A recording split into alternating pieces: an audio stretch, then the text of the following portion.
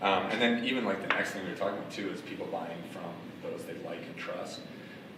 I think sometimes that gets, shifted to like, I have to make this person like me and I have to do all these like corny things to make them like me. I think the trust aspect is so much more important, right? And the trust aspect for me isn't just about like always doing what the client asks you to do. It's doing what's right for the client. So if the client asks you about something or says, hey, I want to buy this product or whatever, instead of you just like being the yes man and just smiling and say, yeah, do it, if it's not right for them, to actually push back a little bit and say, we can look at that, but what if we shifted it and looked at this product instead of this service?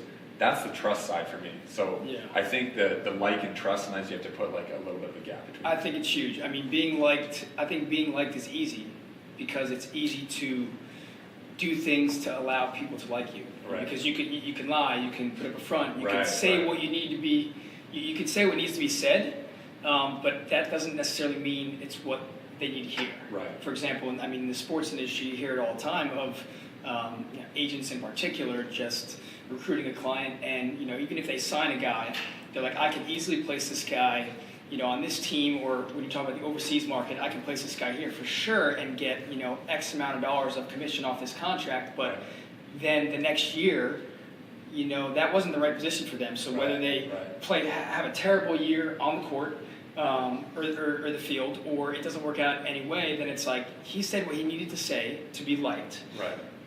And in turn, that player's not going to trust them because they put him in a terrible spot. So it's easy to say what you need to say for someone to think they trust you. Right. But trust is also the long-term game. Right. That's exactly it. The like is easy and it's short-term because when that agent signs that deal for that client and they get that first 1 year contract, they're like, I love you. I don't just like you. The money's on the table. Money speaks. Right. I love you. But then a year down the road, it's like, wow, you totally broke my trust because that was actually the wrong play for me. Yeah. Right.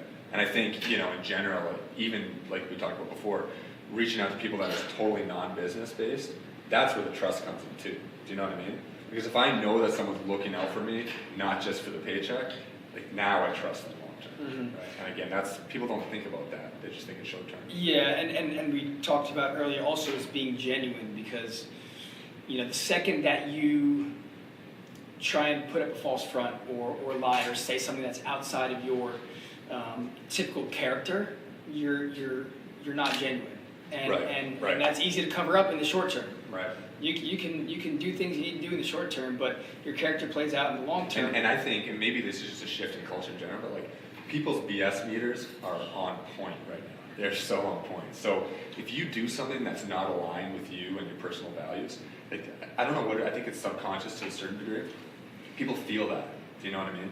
Like they feel that shift. You might be like totally putting on a smile and a good front, but they understand there's something going on here. And that's why the trust aspect too is like, if you're not genuine and you think you're building trust, deep down that person knows it. They can't put their finger on why they're not feeling that you're trustworthy, but there's something inside of them. It's an innate feeling that we have.